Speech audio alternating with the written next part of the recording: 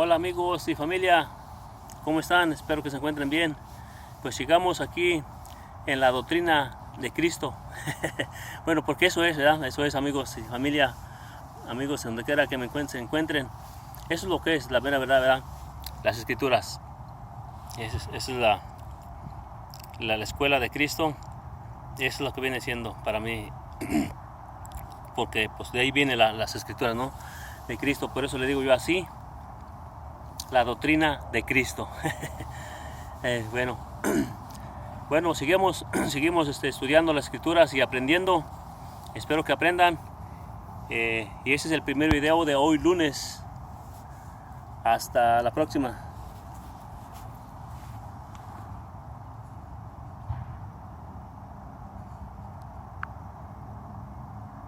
Juan, capítulo 2. Al tercer día se celebró una boda en Caná de Galilea, y la madre de Jesús se encontraba allí. También habían sido invitados a la boda Jesús y sus discípulos. Cuando el vino se acabó, la madre de Jesús le dijo: «Ya no tienen vino».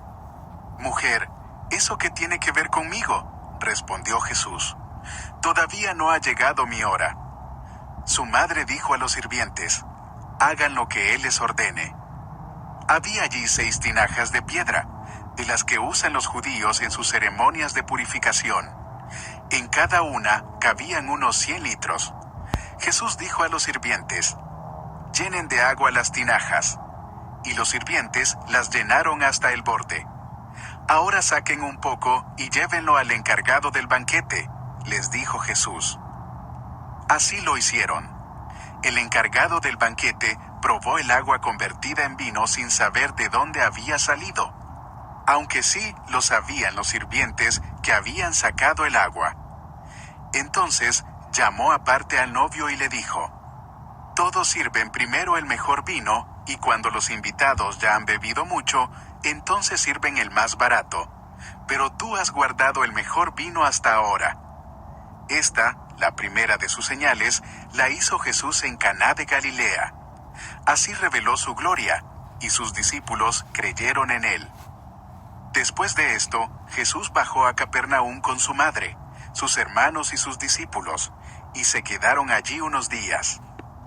Cuando se aproximaba la Pascua de los judíos, subió Jesús a Jerusalén, y en el templo halló a los que vendían bueyes, ovejas y palomas, e instalados en sus mesas a los que cambiaban dinero. Entonces, haciendo un látigo de cuerdas, echó a todos del templo, juntamente con sus ovejas y sus bueyes. Regó por el suelo las monedas de los que cambiaban dinero y derribó sus mesas. A los que vendían las palomas les dijo: «Saquen esto de aquí. ¿Cómo se atreven a convertir la casa de mi padre en un mercado?». Sus discípulos se acordaron de que está escrito: «El celo por tu casa me consumirá». Entonces los judíos reaccionaron, preguntándole: «¿Qué señal puedes mostrarnos para actuar de esta manera?». «Destruyan este templo», respondió Jesús, «y lo levantaré de nuevo en 3 días». «Tardaron 46 años en construir este templo, ¿y tú vas a levantarlo en 3 días?». Pero el templo al que se refería era su propio cuerpo. Así pues, cuando se levantó de entre los muertos, sus discípulos se acordaron de lo que había dicho, y creyeron en la Escritura y en las palabras de Jesús. Mientras estaba en Jerusalén, durante la fiesta de la Pascua, muchos creyeron en su nombre al ver las señales que hacía. En cambio Jesús no les creía porque los conocía a todos. No necesitaba que nadie le informara nada acerca de los demás, pues él conocía el interior del ser humano. Juan, capítulo 3. Había entre los fariseos un dirigente de los judíos llamado Nicodemo. Este fue de noche a visitar a Jesús. «Rabí», le dijo, «sabemos que eres un maestro que ha venido de parte de Dios, porque nadie podría hacer las señales que tú haces si Dios no estuviera con él. De veras te aseguro que quien no nazca de nuevo no puede ver el reino de Dios», dijo Jesús. «¿Cómo puede uno nacer de nuevo siendo ya viejo?», preguntó Nicodemo. ¿Acaso puede entrar por segunda vez en el vientre de su madre y volver a nacer? Yo te aseguro que quien no nazca de agua y del Espíritu no puede entrar en el reino de Dios, respondió Jesús. Lo que nace del cuerpo es cuerpo, lo que nace del Espíritu es espíritu. No te sorprendas de que te haya dicho, tienen que nacer de nuevo. El viento sopla por donde quiere, y lo oyes silbar, aunque ignoras de dónde viene y a dónde va. Lo mismo pasa con todo el que nace del Espíritu. Nicodemo replicó, ¿cómo es posible que esto suceda? ¿Tú eres maestro de Israel y no entiendes estas cosas? Respondió Jesús. Te aseguro que hablamos de lo que sabemos y damos testimonio de lo que hemos visto personalmente, pero ustedes no aceptan nuestro testimonio. Si les he hablado de las cosas terrenales y no creen, entonces ¿cómo van a creer si les hablo de las celestiales? Nadie ha subido jamás al cielo, sino el que descendió del cielo, el Hijo del Hombre. Como levantó Moisés la serpiente en el desierto, así también tiene que ser levantado el Hijo del Hombre, para que todo el que crea en él tenga vida eterna. Porque tanto amó Dios al mundo que dio a su Hijo unigénito, para que todo el que cree en él no se pierda, sino que tenga vida eterna. Dios no envió a su Hijo al mundo para condenar al mundo, sino para salvarlo por medio de él. El que cree en él no es condenado, pero el que no cree ya está condenado por no haber creído en el nombre del Hijo unigénito de Dios. Esta es la causa de la condenación, que la luz vino al mundo, pero la humanidad prefirió las tinieblas a la luz, porque sus hechos eran perversos. Pues todo el que hace lo malo aborrece la luz, y no se acerca a ella por temor a que sus obras queden al descubierto. En cambio, el que practica la verdad se acerca a la luz, para que se vea claramente que ha hecho sus obras en obediencia a Dios. Después de esto, Jesús fue con sus discípulos a la región de Judea. Allí pasó algún tiempo con ellos, y bautizaba. También Juan estaba bautizando en Enón, cerca de Salín, porque allí había mucha agua. Así que la gente iba para ser bautizada. Esto sucedió antes de que encarcelaran a Juan. Se entabló entonces una discusión entre los discípulos de Juan y un judío en torno a los ritos de purificación. Aquellos fueron a ver a Juan y le dijeron, Rabí, fíjate, el que estaba contigo al otro lado del Jordán y de quien tú diste testimonio, ahora está bautizando, y todos acuden a él. Nadie puede recibir nada a menos que Dios se lo conceda, les respondió Juan. Ustedes me son testigos de que dije, yo no soy el Cristo, sino que he sido enviado delante de él. El que tiene a la novia es el novio. Pero el amigo del novio, que está a su lado y lo escucha, se llena de alegría cuando oye la voz del novio. Esa es la alegría que me inunda. A él le toca crecer y a mí menguar. El que viene de arriba está por encima de todos. El que es de la tierra es terrenal y de lo terrenal habla. El que viene del cielo está por encima de todos y da testimonio de lo que ha visto y oído. Pero nadie recibe su testimonio. El que lo recibe certifica que Dios es veraz. El enviado de Dios comunica el mensaje divino, pues Dios mismo le da su espíritu sin restricción. El Padre ama al Hijo, y ha puesto todo en sus manos. El que cree en el Hijo tiene vida eterna, pero el que rechaza al Hijo no sabrá lo que es esa vida, sino que permanecerá bajo el castigo de Dios. Juan, capítulo 4. Jesús se enteró de que los fariseos sabían que él estaba haciendo y bautizando más discípulos que Juan, aunque en realidad no era Jesús quien bautizaba, sino sus discípulos. Por eso se fue de Judea y volvió otra vez a Galilea. Como tenía que pasar por Samaria, llegó a un pueblo samaritano llamado Sicar, cerca del terreno que Jacob le había dado a su hijo José. Allí estaba el pozo de Jacob. Jesús, fatigado del camino, se sentó junto al pozo. Era cerca del mediodía. Sus discípulos habían ido al pueblo a comprar comida. En eso llegó a sacar agua una mujer de Samaria, y Jesús le dijo, «Dame un poco de agua». Pero, como los judíos no usan nada en común con los samaritanos, la mujer le respondió: ¿Cómo se te ocurre pedirme agua si tú eres judío y yo soy samaritana? Si supieras lo que Dios puede dar y conocieras al que te está pidiendo agua, contestó Jesús, tú le habrías pedido a él, y él te habría dado agua que da vida. Señor, ni siquiera tienes con qué sacar agua, y el pozo es muy hondo. ¿De dónde, pues, vas a sacar esa agua que da vida? ¿Acaso eres tú superior a nuestro padre Jacob, que nos dejó este pozo, del cual bebieron él, sus hijos y su ganado? Todo el que beba de esta agua volverá a tener sed, respondió Jesús. Pero el que beba del agua que yo le daré no volverá a tener sed jamás, sino que dentro de él esa agua se convertirá en un manantial del que brotará vida eterna. Señor, dame de esa agua para que no vuelva a tener sed, ni siga viniendo aquí a sacarla. Ve a llamar a tu esposo y vuelve acá, le dijo Jesús. No tengo esposo, respondió la mujer. Bien has dicho, que no tienes esposo. Es cierto que has tenido 5, y el que ahora tienes no es tu esposo. En esto has dicho la verdad. Señor, me doy cuenta de que tú eres profeta.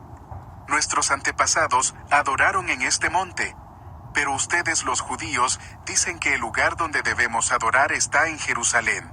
Créeme, mujer, que se acerca la hora en que ni en este monte ni en Jerusalén adorarán ustedes al Padre.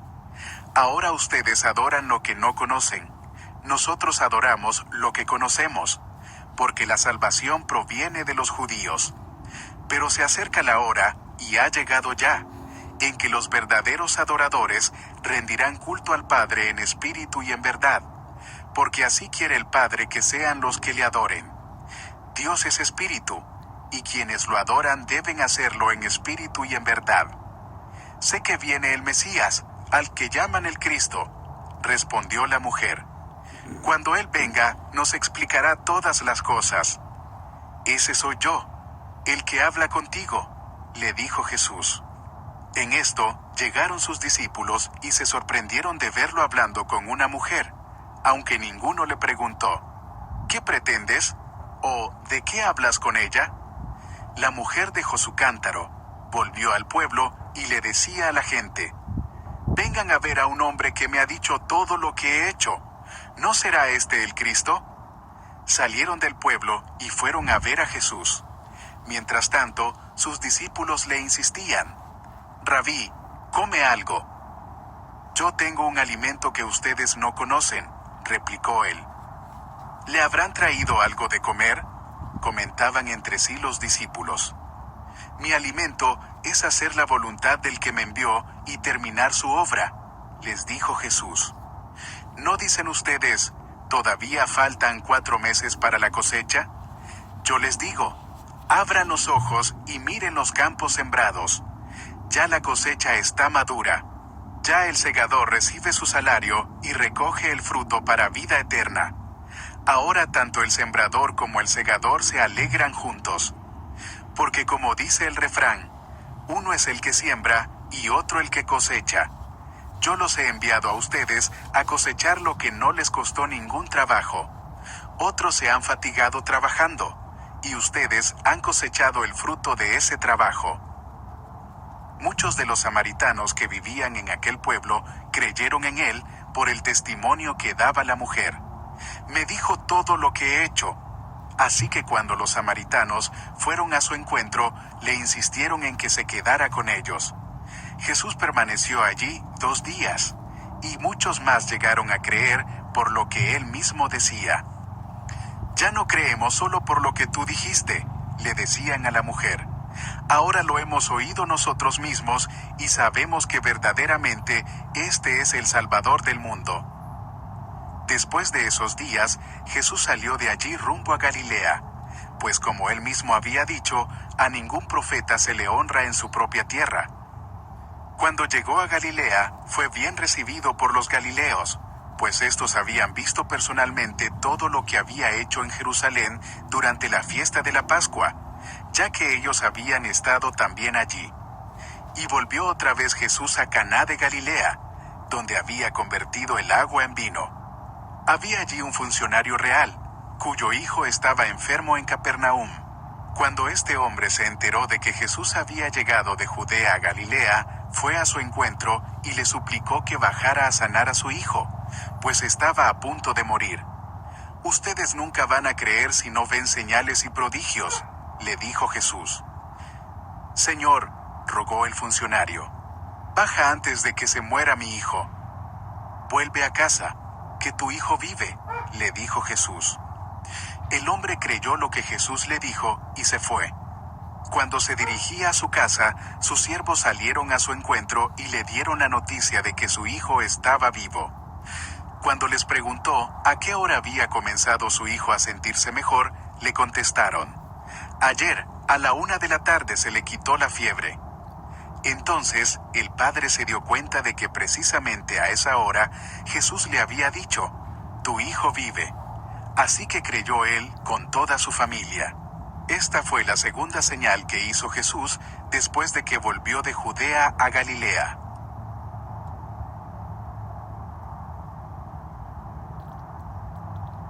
Juan capítulo 5. Algún tiempo después se celebraba una fiesta de los judíos, y subió Jesús a Jerusalén.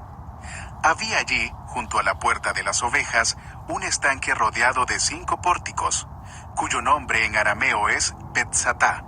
En esos pórticos se hallaban tendidos muchos enfermos, ciegos, cojos y paralíticos.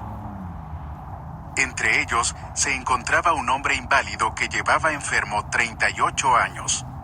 Cuando Jesús lo vio allí, tirado en el suelo, y se enteró de que ya tenía mucho tiempo de estar así, le preguntó: «¿Quieres quedar sano?». «Señor», respondió, «no tengo a nadie que me meta en el estanque mientras se agita el agua, y cuando trato de hacerlo, otro se mete antes».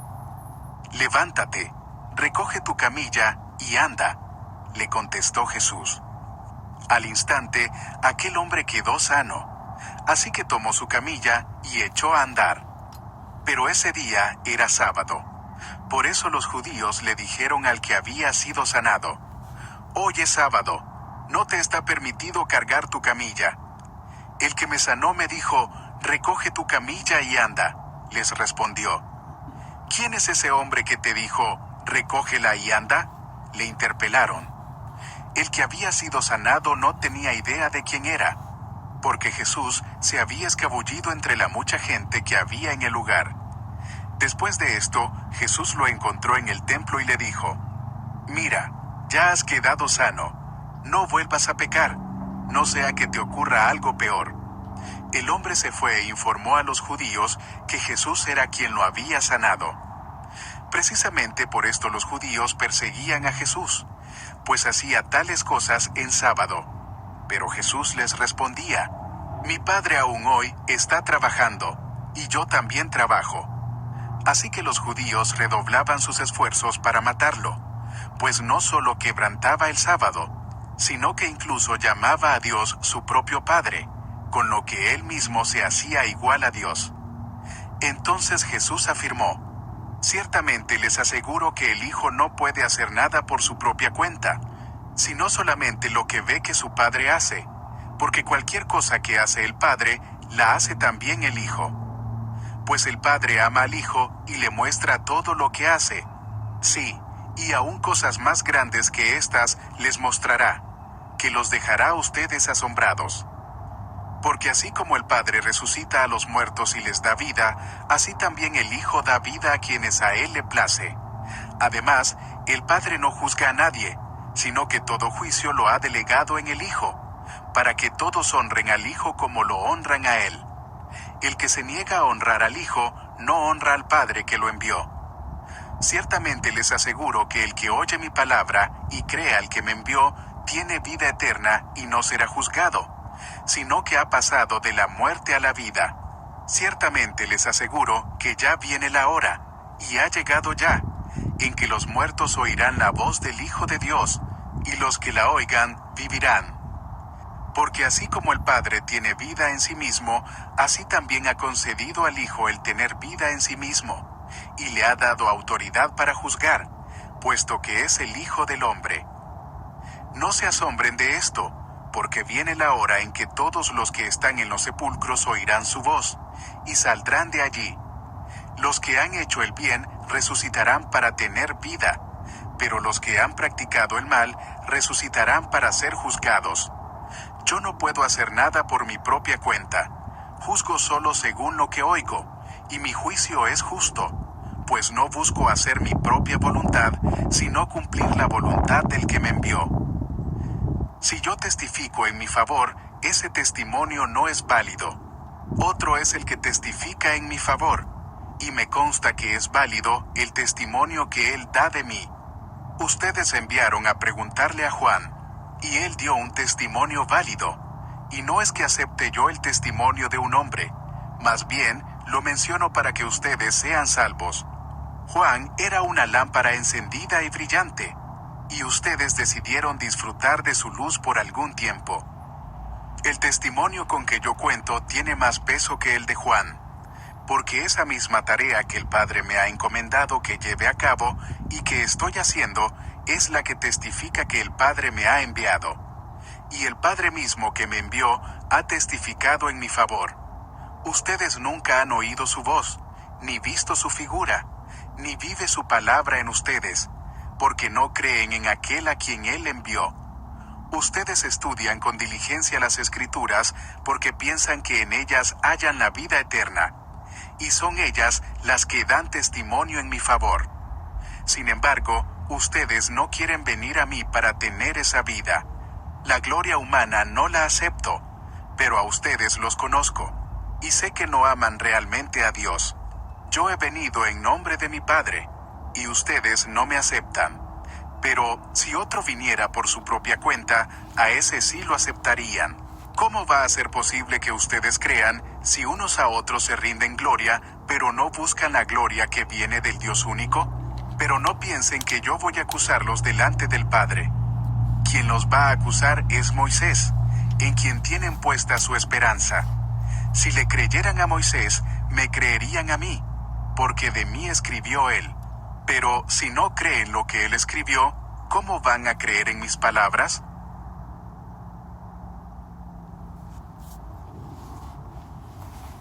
Juan, capítulo 6.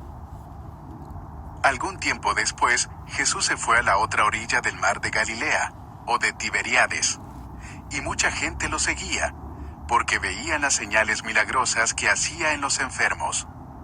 Entonces subió Jesús a una colina y se sentó con sus discípulos.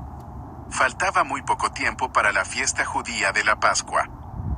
Cuando Jesús alzó la vista y vio una gran multitud que venía hacia él, le dijo a Felipe: ¿Dónde vamos a comprar pan para que coma esta gente?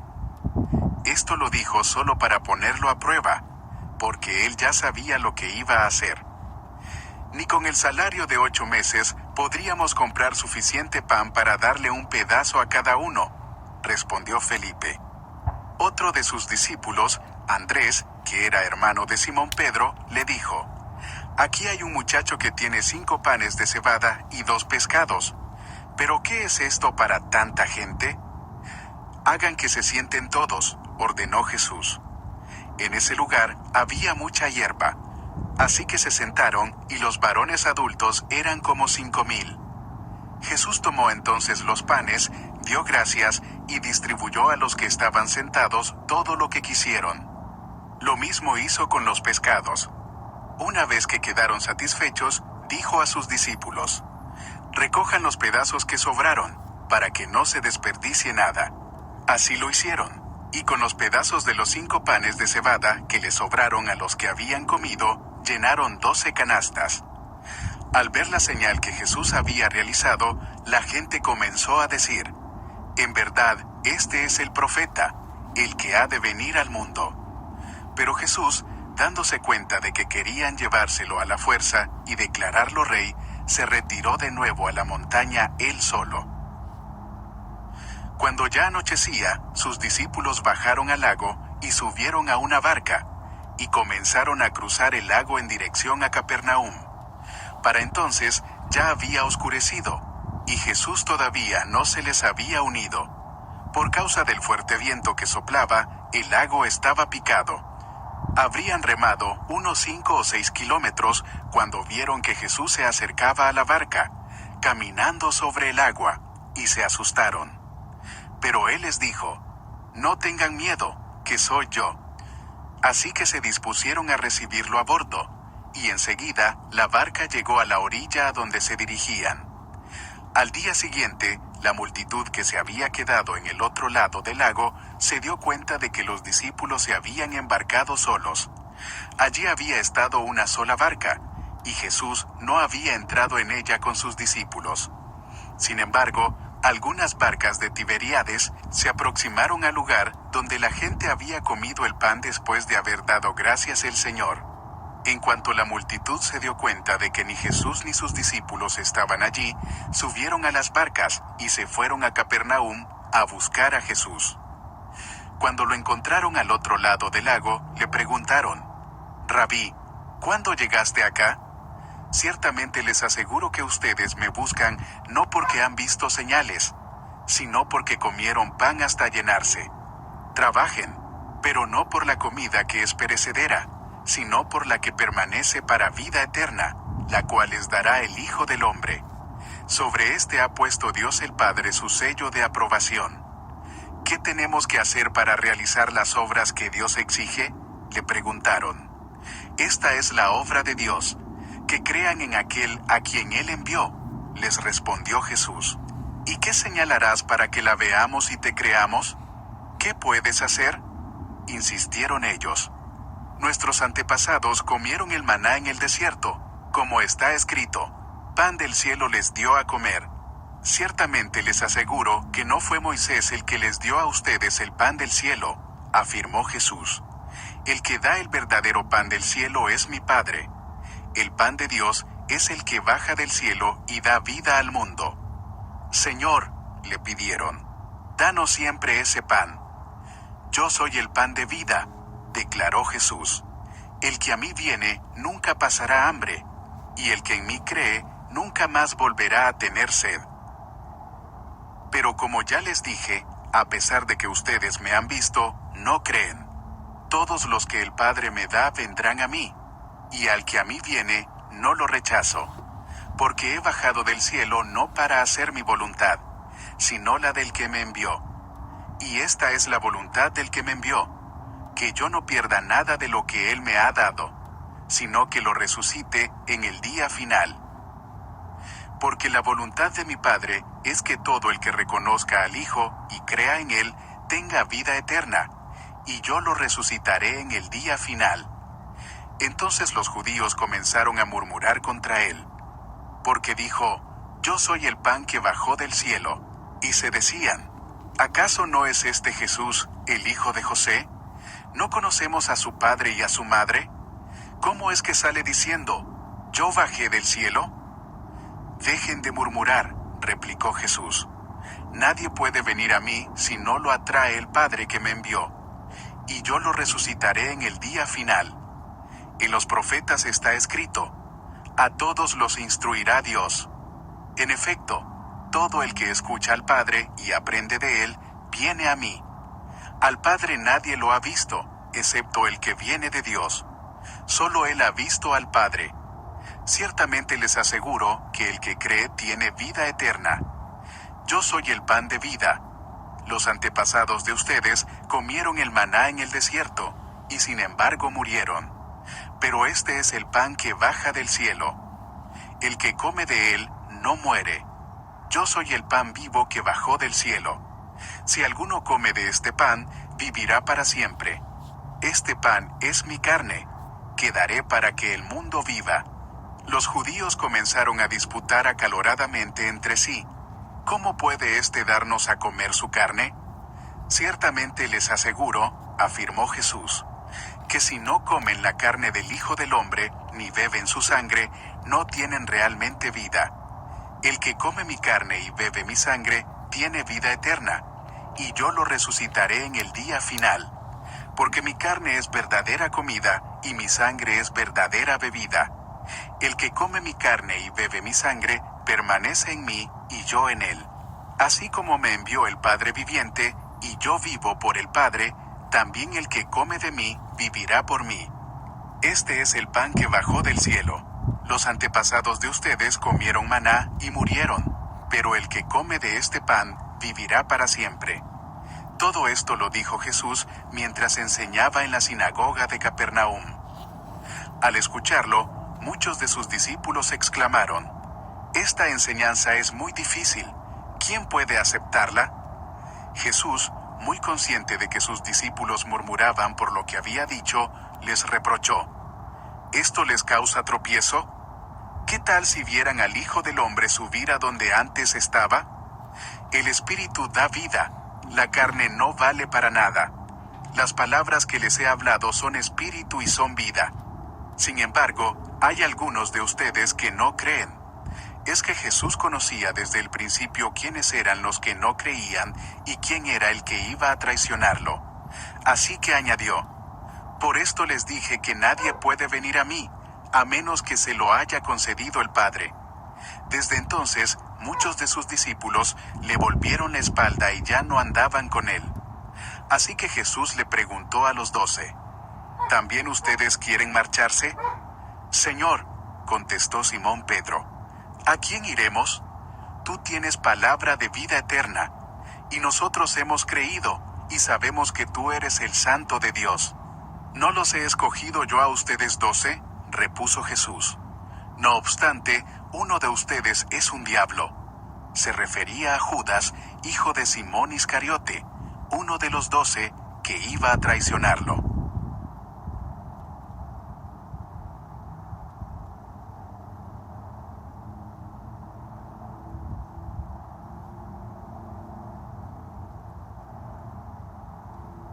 Juan, capítulo 7. Algún tiempo después, Jesús andaba por Galilea. No tenía ningún interés en ir a Judea, porque allí los judíos buscaban la oportunidad para matarlo. Faltaba poco tiempo para la fiesta judía de los tabernáculos, así que los hermanos de Jesús le dijeron: «Deberías salir de aquí e ir a Judea, para que tus discípulos vean las obras que realizas, porque nadie que quiera darse a conocer actúa en secreto. Ya que haces estas cosas, deja que el mundo te conozca». Lo cierto es que ni siquiera sus hermanos creían en él. Por eso Jesús les dijo: «Para ustedes cualquier tiempo es bueno, pero el tiempo mío aún no ha llegado. El mundo no tiene motivos para aborrecerlos. A mí, sin embargo, me aborrece porque yo testifico que sus obras son malas. Suban ustedes a la fiesta. Yo no voy todavía a esta fiesta porque mi tiempo aún no ha llegado». Dicho esto, se quedó en Galilea. Sin embargo, después de que sus hermanos se fueron a la fiesta, fue también él, no públicamente, sino en secreto.